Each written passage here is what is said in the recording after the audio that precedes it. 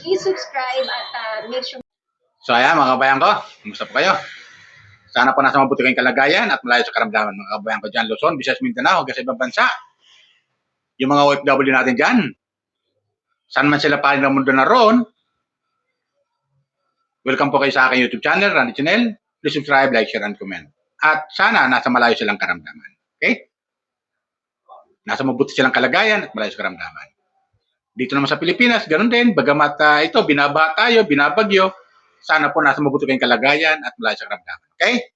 Tuloy lang ang buhay, mga kabayan ko. Diba? Itong topic ko, ay patungkol pa rin to sa kay Krishna. Kasi may napanood akong upload video ni Ate Arjub TV na isa sa mga defender ni Krishna na talagang may mga nasabi siya rito patungkol nga sa mga ilang bashers ni Krishna na talagang hindi niya matiis na hindi niya sagutin itong mga taong ito dito sa social media. Di ba? Nababasa niya sa comment section at hindi maganda yung mga nababasa niya patungkol kay Krishna. Kaya sumasagot siya. Katulad ko, di ba? Pag nagko-comment ako, binabasa ko sa comment section at yun, binabahagi ko sa inyo. So ito naman, kaya tayo, meron siya binabahagi na mga patungkol kay Krishna, mga bayan ko. So, maganda yung ganito kasi, alam yung mga kabayan, yung mga katulad kasi ni Krishna, ang dapat talagang ipagtanggol doon sa mga bashers na gustong pabagsakin siya. Di ba? Kasi itong mga bashers, tulad sinabi ko sa mga previous upload ko, na talagang wala silang magawa kundi siraan ng todo ito si Krishna. Di ba? So dito, mapapakinggan natin, papakita ko sa inyo mamaya, yung reaction ni Ate Arjub patungkol doon sa mga taong babalahura o nambabas kay Krishna. Okay? Ito, pakinggan natin mga kabayan ko. Panood ko lang sa inyo. Ito na. Kayo nang umusga. Comment lang kayo. Okay? Lalo yung mga viewers ko dyan, hindi pa nakapag-subscribe sa aking YouTube channel. Subscribe lang po kayo. Like, share, and comment. Okay? Ito, pakinggan natin Yun nga, may napansin ako nung pumunta ako. So, ang gusto ko lang ngayon i-react or bigyan ng pansin dito sa mga nagpupumilit na mga nagko-comment na about sa kung hindi dahil kay Pugong, ganyan at lumaki ulo mo, hindi ka magkakabahay kung hindi ka ginagastusan ni Pugong, no, di ba? So narinig nyo naman or nakita nyo na sumasagot na ang ating Peking Koreana sa inyo, di ba? Kasi unang-una, yan lagi ang sinasabi ko sa aking vlog, sa aking reaction video, na sa totoo lang, kung wala talaga kayong alam, wala kayong personal knowledge sa kanya or sa kanyang pagpapakonstruct ng kanyang munting tahanan, kung ako sa inyo, itikom nyo yung mga bibig nyo. Kasi, pag yan talaga nagsalita, binigyan na kayo ng sample. Nag-sample na siya kanina sa kanyang vlog. So, kung pipilitin nyo yan na magsalita or ipupush nyo ang kanyang limit, at pag yan ang nagsalita, hindi ba kayo masasaktan sa kanyang sasabihin para doon sa hinahangaan nyo? Di ba? Siyempre masasaktan. So, ayan, di ba, mga kabayan ko? Meron siyang tinutukoy, mga kabayan ko, na ang sabi niya, di ba, na wag niyong pilitin ito si Krishna, na pag ito ay nagsalita at ang tatamaan ay yung hinahangaan nyo. So, malaking katanungan sa akin mga viewers ko. Comment lang kayo ha. Baka alam nyo, baka may alam kayo. Comment lang kayo.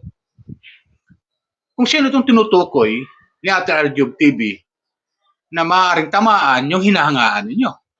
Sino ba to? Di ba? So, nagtukan ako parang malaking katanungan din sa akin kung sino itong tinutukoy ni Ate Arjub na hinahangaan nyo, pag ito nagsilita si Krishna, ang tatamaan ay yung hinahangaan ninyo. So, sino yun, mga kabayan ko? Di ba? So, abangan natin yung kay Krishna pag nagbukan siya, salita siya. Pero sa ngayon, wala pa kasi siyang sinasabi kung sino, ano ba talaga. Mga ganun ba? Di ba? So, tuloy natin, mga kabayan ko. Tuloy natin sinasabi niya. Di ba? Malaking katanungan Comment lang kayo ha. Kung sino tutukoy ni Ate Arjub TV. Tuloy natin sinasabi niya. Di ba? Siyempre masasaktan kayo. Di ba? Kasi, kumbaga, kasi ngayon talaga,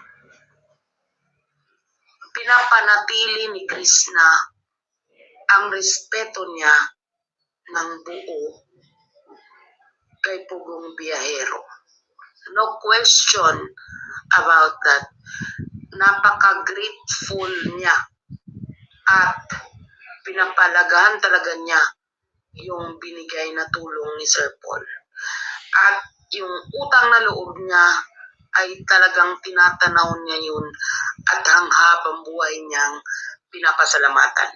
Ang pagkakamali lang kasi sa mga comment mo, yung wala kayong habas na magkukomment, na kahit wala kayong personal na alam kung ano ba talaga yung totoo, na katulad niyan, sasabihin nyo, kung hindi naman dahil kay hindi ka magkakabahay, ginastusan ni Pugong Biyahero ang bahay mo, di ba kayo mahihiya niyan?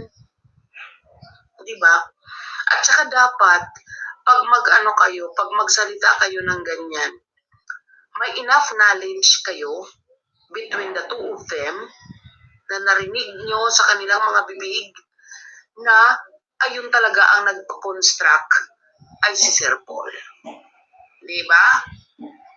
Hindi niya tinatanggi yun na nag-share si Sir Paul dyan.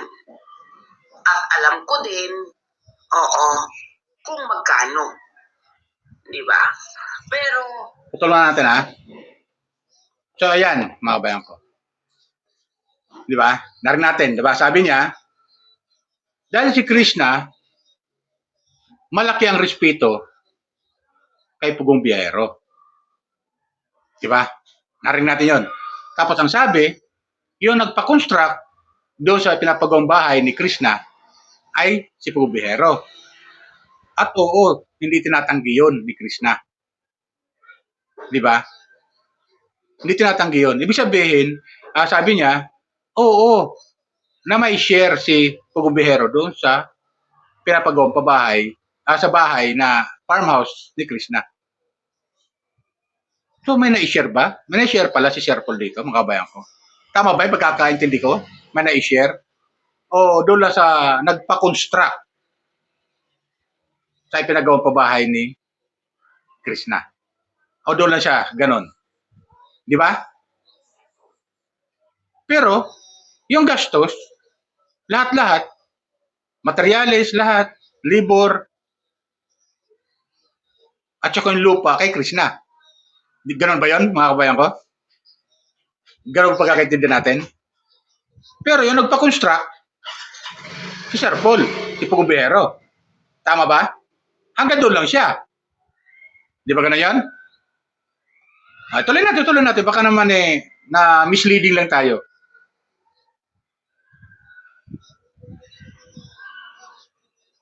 kung magkano. Di ba? Pero,